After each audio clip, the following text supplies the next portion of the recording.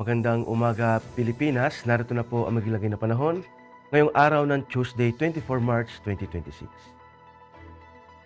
Kahapon nga po ay idineklara na ng Pag-asa ang termination ng Amihan o yung Northeast Monsoon. Indikasyon ito ng sa mga susunod na araw ay makakaranas na tayo ng dry condition at makakaramdam tayo ng maalinsangan na panahon. Sa ngayon, wala pa naman po tayong namomonitor na low pressure area na nabubuo sa loob at labas ng ating Philippine Area of Responsibility. Tanging easterlies ang makakaapekto sa buong bansa. Dulot nga ng easterlies, makakaranas ng maulap na kalangitan na may kalat-kalat na pag-ulan, kulog at kidlat sa may northern at eastern Samar. Samantala sa Metro Manila, sa buong Luzon at sa labing bahagi ng Visayas ay makakaranas ng bahagyang maulap hanggang sa maulap na papawirin na may pulupulong pag-ulan, pagkidlat at pagkulog. Dulot rin ng easterlies, makakaranas din ng bahagyang maulap hanggang sa maulap na papawirin na may pulupulong pag-ulan, pagkidlat at pagkulog.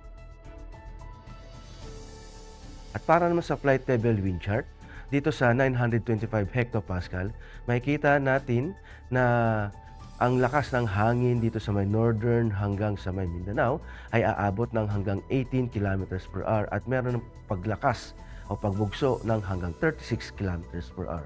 At pagdating naman dito sa 850 hectopascal, makikita natin sa may parte ng northern Samar, northern Luzon, lakas ng hangin ay aabot ng hanggang 18 km per hour at sa may parte ng silangang bahagi ng Bicol hanggang Visayas ay makakaranas ng lakas ng hangin hanggang 36 km per hour. At pagdating naman sa 700 hectopascal, makikita natin sa may parte na sa may western side ng Luzon ang ridge ng isang high pressure area na ang lakas ng hangin ay aabot ng hanggang 36 km per hour. At ganun din sa may parte ng Bicol hanggang Visayas at Northern Mindanao.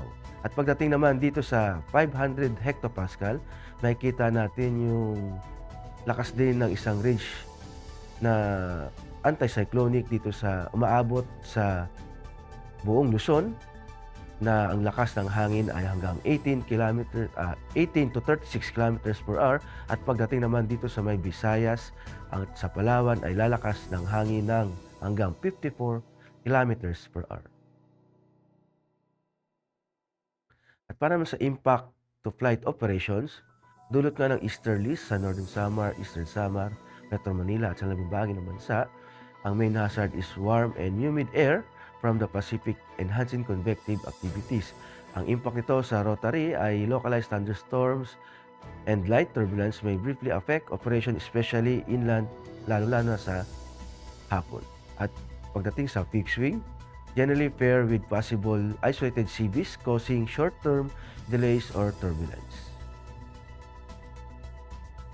Para naman sa astronomical information, ang araw ay sisikat ng 0558 at lulubog din naman ng 1807.